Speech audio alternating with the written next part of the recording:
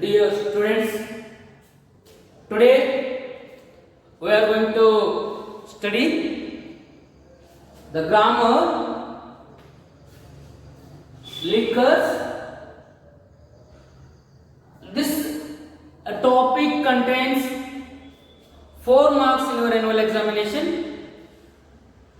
This is for question number 30.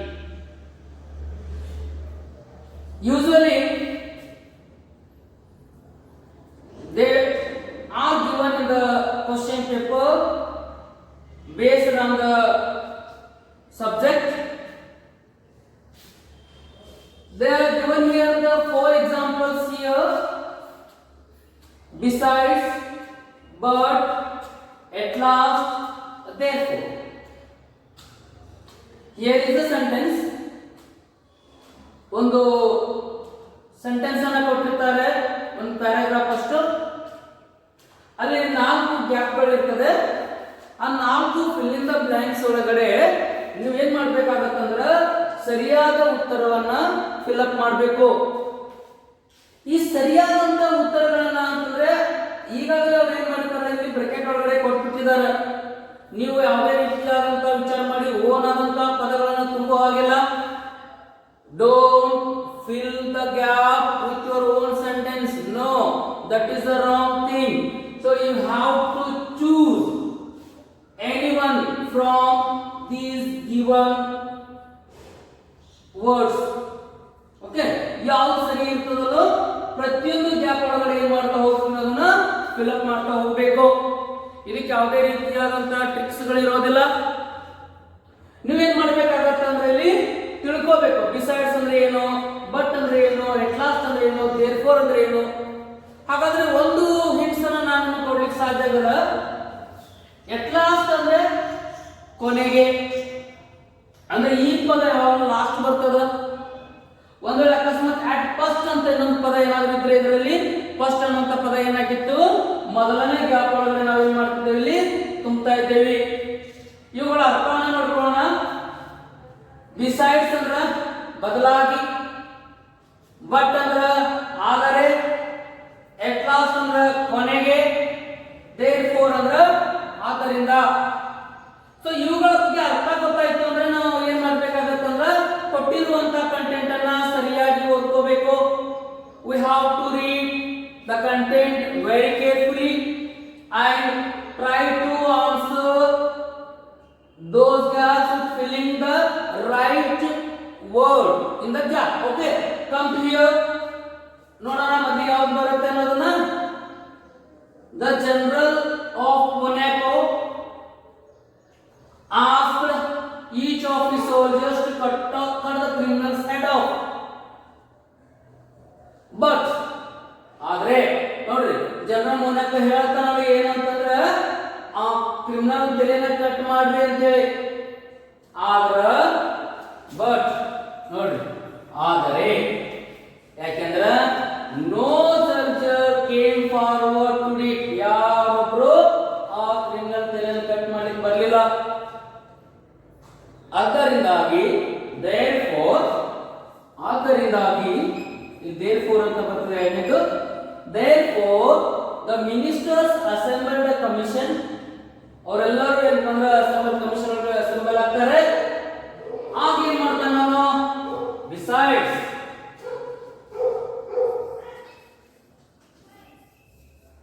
ಬದಲಾಗಿ ಏನ್ ಮಾಡಿರೋರು, they appointed a committee and subcommittee at last, ಕೊನೆಗೆ.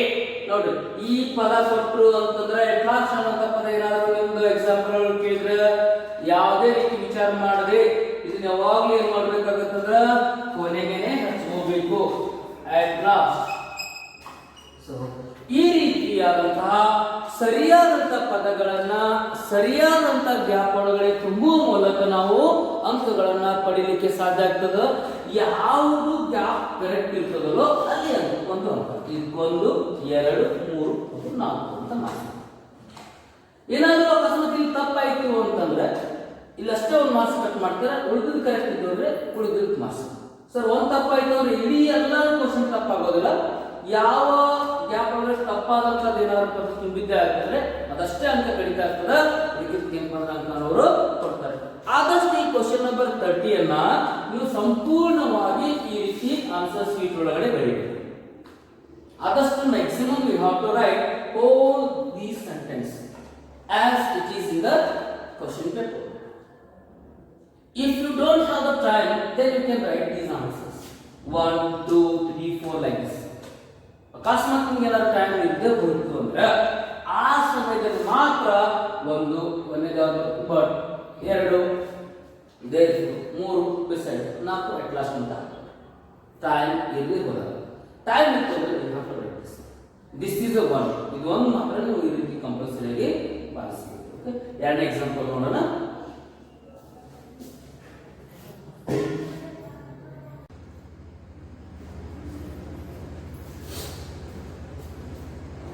Dear students, now look at here the second example given here. Just follow the things as it follows a last example. You have to know the linkers before and although as it is given here. Linkers ಅಂತಂದ್ರೆ ಜೋಡಿಸುವಂತ ಪದಗಳು. ಹೆಸರು ಹೇಳ್ತದೆ link ಅಂತೇಳಿ. ಅಂದರೆ ಒಂದು ಪದವನ್ನ ಇನ್ನೊಂದು ವಾಕ್ಯವನ್ನಕ್ಕೆ ನಾವು ಲಿಂಕ್ ಮಾಡೋದು. ಹಾಗೆ ಸರಿಯಾದಂತಹ ಪದವನ್ನು ನಾವು ಸರಿಯಾದಂತಹ ಕೊಟ್ಟಿರುವಂತಹ ಸ್ಥಳಗಳಲ್ಲಿ ಫಿಲ್ಅಪ್ ಮಾಡ್ತಾ ಹೋಗಬೇಕು. ಹಾಗೆ ಫಿಲ್ಅಪ್ ಮಾಡಿದಾಗ ನಮಗೆ ಒಂದು ಸರಿಯಾದಂತಹ ಪದಕ್ಕೆ ನಮಗೆ 1 ಅಂಕ ಲಭ್ಯವಾಗುತ್ತೆ. ಅಂದ್ರೆ ನಾನು ಆಗ ಹೇಳಿದಾಗ ಇದು ಟೋಟಲ್ ಆಗಿ 4 ಅಂಕದ ಪ್ರಶ್ನೆ. ಇದೊಂದು ಎಕ್ಸಾಂಪಲ್ ಅನ್ನ ಸಂಪೂರ್ಣ ಓದ್ಕೊಂಡ ಮೇಲೆ ನೀವು ರಫ್ ಆಗಿ ಅದರ ಬಗ್ಗೆ ಐಡಿಯಾ ತೆಗೆದುಕೊಂಡು ಯಾವುದು ಸರಿಯಾದಂತಹ ಲಿಂಕರ್ಸ್ ಅನ್ನೋದನ್ನ ನೀವು ವಿಚಾರ ಮಾಡಿ ಬರೀಬೇಕು. ಇದು ಸಬ್ಜೆಕ್ಟ್ ರಿಲೇಟೆಡ್ ಆಗಿರ್ತದೆ. ಟೆಕ್ಸ್ಟ್ ಬುಕ್ ಒಳಗಡೆ ಇರುವಂತಹ ಒಂದು ಪ್ಯಾರಾಗ್ರಾಫ್ ಇರ್ತದೆ. ಅದಕ್ಕೆ ಪ್ರತಿಯೊಂದು ಟೆಕ್ಸ್ಟ್ ಬುಕ್ ನಲ್ಲಿ ಪ್ರತಿಯೊಂದು ಪ್ಯಾರಾಗ್ರಾಫ್ ನಮಗೆ ಬಹಳಷ್ಟು ಇಂಪಾರ್ಟೆಂಟ್ ಆಗಿರ್ತದೆ. Look at it. Up to last night everything had been moving according to plan. Last night ಇಂದ ಎಲ್ಲವೂ ಏನಪ್ಪ ಪ್ಲಾನ್ ಪ್ರಕಾರ ನಡೀತಾ ಇತ್ತು. As Roop would have put it. ನೋಡ್ರಿ ಯಾವ ಬರ್ತದೆ as Roop would have put it. Then he had received a strange visit from the leader of the POP campaign team. ಆವಾಗ ಏನಾಗುತ್ತೆ ಒಬ್ಬ ವ್ಯಕ್ತಿ POP ಕ್ಯಾಂಪೇನ್ ಇಂದ ಬಂದಂತ ಒಬ್ಬ ವ್ಯಕ್ತಿ ಏನ್ ಮಾಡ್ತಾನೆ ರೂಫ್ ಅನ್ನ ಮೀಟ್ ಆಗ್ತಾನೆ. ಆಲ್ದೋ ಆದಾಗ್ಯೂ LTHOUGH although he and Roof were well known to each other. ಆದಾಗ್ಯೂ ಅವರಿಬ್ಬರು ಏನಾಗಿದ್ರು ಅಂದ್ರೆ ಒಬ್ಬರಿಗೊಬ್ಬರು ತುಂಬಾ ಪರಿಚಿತ ವ್ಯಕ್ತಿಗಳು. ಅಂಡ್ ಮತ್ತು might even be called friends. ಅವರು ಅಷ್ಟೇ ಅಲ್ಲ ಏನಾಗಿದ್ರು ಅಂದ್ರೆ ಉತ್ತಮವಾದಂತಹ ಸ್ನೇಹಿತರು ಆಗಿರ್ತಾರೆ. His visit was cold and businesslike. No words were wasted. He placed 5 pounds on the floor before Roof. Roof ನ ಮುಂದೆ ಏನ್ ಮಾಡಿದ್ರು ಅಂದ್ರೆ 5 ಪೌಂಡ್ಸ್ ಅನ್ನು ಇಡ್ತಾನೆ. Before Roof. Roof ನ ಮುಂದೆ. ಪಾರ್ಟ್ ಆಫ್ ರೂಫ್ ಅಂತಂದ್ರೆ ಅದು ಬೇರೆ ಅಲ್ಲ. ರೂಫ್ ಅಂದ್ರೆ ಇಲ್ಲಿ ಒಬ್ಬ ವ್ಯಕ್ತಿ ಹೆಸರು ಇರ್ತದೆ. ಸೊ ಆ ವ್ಯಕ್ತಿ ಮುಂದೆ ಏನ್ ಮಾಡ್ತಾನೆ ಏನ್ ಮಾಡ್ತಾನೆ ಡಿಸ್ಟರ್ಬ್ ಇರ್ತಲ್ಲ ಅವನು 5 ಪೌಂಡ್ಸ್ ಅನ್ನ ಆತನ ಮುಂದೆ ಇಡ್ತಾನೆ. ಸೊ ಬಿಫೋರ್ ಅನ್ನೋದು ಮುಂಚೆ ಆಗುತ್ತೆ. ಹೀಗೆ ಒಂದೇದು as, second one although, third one and, fourth one before. ಈ ರೀತಿಯಾಗಿ ನಾವು ಏನ್ ಮಾಡ್ಬೇಕಾಗುತ್ತಲ್ಲಿ ಸರಿಯಾದಂತ ಪದವನ್ನಲ್ಲಿ ತುಂಬುತ್ತಾ ಹೋಗ್ಬೇಕು. ಈಗ ಥರ್ಡ್ ಎಕ್ಸಾಂಪಲ್ ನೋಡೋಣ.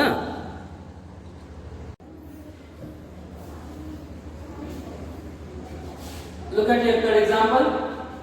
Third example ನೋಡೋಣ. ಇದು ಬಹಳಷ್ಟು ಸಿಂಪಲ್ ಆಗಿರುವಂತದ್ದು ವಿದ್ಯಾರ್ಥಿಗಳೇ. ನಾನು ಆನ್ಸರ್ ಬಿಡಿಸೋಕ್ಕಿಂತ ಮುಂಚಿತವಾಗಿನೇ ಈ ಎಕ್ಸಾಂಪಲ್ ನೀವು ಬರ್ಕೊಂಡು ಬೇಕಾಗಿತ್ತು ಅಂದ್ರೆ ಮನೆಯೊಳಗಡೆ ನೀವು ಪ್ರಾಕ್ಟೀಸ್ ಮಾಡಿ ನೋಡ್ಬೋದು. ನಾನು ಇವಾಗ ತಿಳಿಸ್ತೇನೆ. ವಿಡಿಯೋನ ನೀವು ಅಲ್ಲೇ ಪಾಸ್ ಮಾಡಿ ಇದಕ್ಕೆ ಆದಷ್ಟು ನೀವೇ ಮನೆಯೊಳಗಡೆ ಆನ್ಸರ್ ಅನ್ನ ಬರ್ಲಿಕ್ಕೆ ಟ್ರೈ ಮಾಡಿ. ಆಮೇಲೆ ನೀವು ಏನಪ್ಪ ಅಂದ್ರೆ ನಾನು ಬಿಡಿಸಿದ ಆನ್ಸರ್ ಕೇಳಿದ್ರೆ ನೀವು ಮ್ಯಾಚ್ ಮಾಡಿ ನೋಡ್ಬೋದು. ಅವಾಗ ಗೊತ್ತಾಗುತ್ತೆ ಇದು ಗ್ರಾಮರ್ ಟಾಪಿಕ್ ನಿಮ್ಗೆ ತಿಳಿದಿರೋದು ಅಥವಾ ಇಲ್ಲೋ ಅಂತ. ಕಂಪನಿ ನಮಗೊತ್ತು ಐಂಡ್ ಅಂದ್ರೆ ಮತ್ತು ಲೇಟರ್ ಅಂದ್ರೆ ನಂತರ, ಆಫ್ಟರ್ ಅಂತ ಅಂದ್ರೆ ತದನಂತರ, ವಿಚ್ ಅಂದ್ರೆ ಯಾವ. ಹೀಗೆ ಈ ಅರ್ಥವನ್ನು ಕೊಡ್ತದೆ ಲಿಂಕರ್ಸ್. ಸೊ ಯಾವ ಲಿಂಕರು ಯಾವ ಏನಪ್ಪಾ ಅಂದ್ರೆ ಕೊಟ್ಟಿರುವಂತಹ ಸ್ಥಳಗಳಲ್ಲಿ ಸೂಕ್ತವಾಗಿರುವಂತಹ ಪದ ಆಗುತ್ತೆ ಅನ್ನೋದನ್ನು ನಾವು ಇವಾಗ ನೋಡೋಣ. Come here the criminal received 1/3 of his pension in advance. Criminal ಏನ್ ಮಾಡ್ತಾನಂದ್ರೆ ತನ್ನ 1/3 ಏನಪ್ಪ ಅಂದ್ರೆ 1/3 ಭಾಗದಷ್ಟು ಪೆನ್ಷನ್ ಅನ್ನ ಮುಂಚಿತವಾಗಿ ತೆಗೆದುಕೊಂಡು ಮತ್ತು ಲೆಫ್ಟ್ ದ ಕಿಂಗ್ಡಮ್. ಆಮೇಲೆ ಏನ್ ಮಾಡ್ತಾನ ಅವನು ಆ ಸಾಮ್ರಾಜ್ಯವನ್ನ ಬಿಟ್ಟು ಹೋಗ್ತಾನೆ. ಆಫ್ಟರ್ ಏನಿದೆ ನಂತರ ಆಫ್ಟರ್ ಕ್ರಾಸಿಂಗ್ ದ ಫ್ರಂಟೈರ್ ಆ ಗಡಿಯನ್ನು ದಾಟಿ he settled down on a bit of land. Later ತದನಂತರ he started market gardening. ನಂತರ ಏನ್ ಮಾಡ್ತಾನಂತ ಮಾರ್ಕೆಟ್ ಗಾರ್ಡನಿಂಗ್ ಮಾಡ್ದ, which paid him good profit. ಅದರಿಂದ ಅವನಿಗೆ ಬಹಳಷ್ಟು ಆದಾಯ ಬಂತು. ಇದು ಫಸ್ಟ್ ಯಾವ್ದು ಬಂತು ನಮಗೆ and after later ಮತ್ತೆ ಕೊನೆಗೆ ಯಾವುದು which. ಸೊ ಈ ರೀತಿಯಾಗಿ ನಾವು 4 ಪದಗಳನ್ನು ನಾವೇ ತುಂಬಿದ್ದೇವೆ. ಈ ಆನ್ಸರ್ಗೆ ಮತ್ತು ಈ ಇದಕ್ಕಿಂತ ಮುಂಚೆ ನೀವು ಬಿಡಿಸಿದಂತ ಆನ್ಸರ್ಗೆ ತಾಳೆಯನ್ನು ಮಾಡಿ ನೋಡ್ಕೊಂಡ್ರಿ ಸರಿಯಾಗಿ ತುಂಬಿರೋಲ್ಲ ಅಂತ ಕನ್ಫರ್ಮ್ ಆದ್ಮೇಲೆ ನಾವು ಮತ್ತೇನ್ ಮಾಡ್ಬೋದು ಅಂದ್ರೆ ಇನ್ನೊಂದು ಎಕ್ಸಾಂಪಲ್ ಅನ್ನ ಅಲ್ಲಿ ನೋಡೋಣ. ಓಕೆ,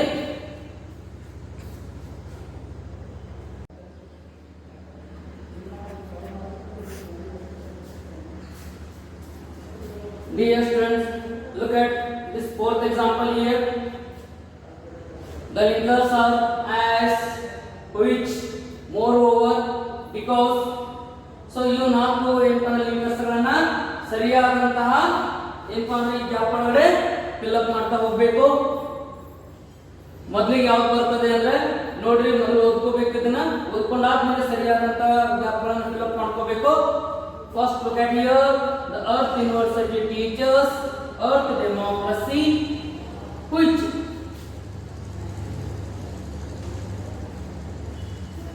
Earth University ಏನು ಕಲಿಸ್ಕೊಡ್ತದೆ ನಮಗೆ? Earth democracy ಅನ್ನು ಕಲಿಸ್ಕೊಡ್ತದೆ. ಡೆಮೋಕ್ರಸಿ ಅಂದ್ರೆ ಪ್ರಜಾಪ್ರಭುತ್ವ. ಯಾವುದು? which is a freedom for all species. Moreover, ಇದಷ್ಟೇ ಅಲ್ಲ, ಇದಕ್ಕಿಂತ ಹೆಚ್ಚು ಏನು? Moreover, we all depend on the earth. ನಾವೆಲ್ಲರೂ ಅದರ ಮೇಲೆ ಡಿಪೆಂಡ್ ಆಗಿದ್ದೀವಿ, ಭೂಮಿ ಮೇಲೆ ಡಿಪೆಂಡ್ ಆಗಿದ್ದೀವಿ. It is our duty to respect the rights of other species as these species have to evolve within the ebb of life, because ಏಕೆಂದರೆ Earth democracy is shift from anthropocentrism to ecocentrism. Anthropocentrism ಅಂದರೆ ಮಾನವ ಕೇಂದ್ರಿತ, ಮಾನವ ಕೇಂದ್ರಿತದಿಂದ ಪರಿಸರ ಕೇಂದ್ರಿತಕ್ಕೆ ಬದಲಾವಣೆ ಆಗ್ತದೆ. First one which ಬರ್ತದೆ, second one moreover, third one as, fourth one because. So ಈ ರೀತಿಯಾಗಿ ಏನಪ್ಪ ಅಂದ್ರೆ ನಮಗೆ ಆನ್ಸರ್ ಬರ್ತದೆ. ಓಕೆ, ಸರಿಯಾಗಿ ನೋಡ್ಕೊಳ್ಳಿ. Thank you.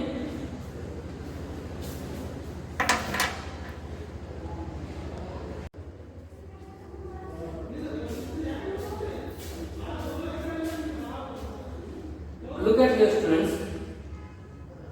This is now we are going to study fifth example.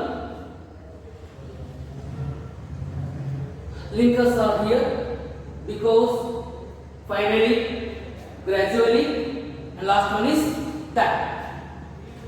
The given example is here. A rivalry between Tamanna and Basavaya looked like healthy competition in the beginning. ಅದು rivalry ಅಂತಂದ್ರೆ ವೈರತ್ವ. ತಮ್ಮನ ಮತ್ತು ಬಸವನ ಮಧ್ಯದಲ್ಲಿ ಏನಪ್ಪ ಅಂತಂದ್ರೆ ಮೊದಲಿಗೆ ವೈರತ್ವ ಏನಾಗಿರ್ತದೆ ಅಂದ್ರೆ ಬಹಳಷ್ಟು ಹೆಲ್ದಿ ಕಾಂಪಿಟೇಷನ್ ಆಗಿರ್ತದೆ. ನಂತರ ಗ್ರಾಜ್ಯುವಲಿ ಹೌದಾ ಏನಾಗ್ತದ, ಗ್ರಾಜ್ಯುವಲಿ ಅದು ನಿಧಾನವಾಗಿ it rose to such a pitch, ಅದು ಯಾವ ಹಂತಕ್ಕೆ ಬಂದು ನಿಲ್ಲುತ್ತದೆ ಅಂತಂದ್ರೆ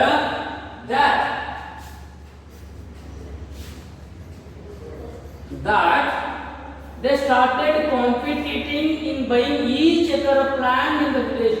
ಎಲ್ಲ ಎಂತ ಹಳ್ಳಿಯಲ್ಲಿರುವಂತ ಪ್ರತಿಯೊಂದು ಜಮೀನು ಏನ್ ಮಾಡ್ತಾರೆ ಅಂದ್ರೆ ಇಬ್ರು ಕೊಂಡ್ಕೊಂಡ್ಬಿಡ್ತಾರೆ. ಯಾರೋ ತಮ್ಮನ್ನ ಮತ್ತು ಬಸವಯ್ಯ. ಅಲ್ಲಿ ದಾಟ್ ಅಂತ ಆಗ ಏನಾಗ್ತದೆ finally no land in the village was left for buying. ಕೊನೆಗೆ ಅವ್ರಿಗೆ ಏನಪ್ಪಾ ಅಂತಂದ್ರ ಊರ್ ಒಳಗಡೆ ಹೊಲ ತಗೋಕೊಳ್ಳಕ್ಕೆ ಯಾವ ಹೊಲನೂ ಉಳಿಯೋದಿಲ್ಲ. ಈವನ್ ದೆನ್ ಇಷ್ಟಾದ್ರೂ ಸಹ Basavayya was not happy. Basavayya ಖುಷಿಯಾಗಿರ್ಲಿಲ್ಲ. ಯಾಕಂದ್ರೆ because he had 200 acres less than ತಮ್ಮನಿಗಿಂತ 200 ಎಕರೆ ಏನಿತ್ತೊಂದು ಕಡಿಮೆ ಇರ್ತದೆ. ಹಾಗಾಗಿ ಮೊದಲನೇ ಯಾವುದು ಅಂದ್ರೆ gradually, second one that, third one finally, and the fourth one is because.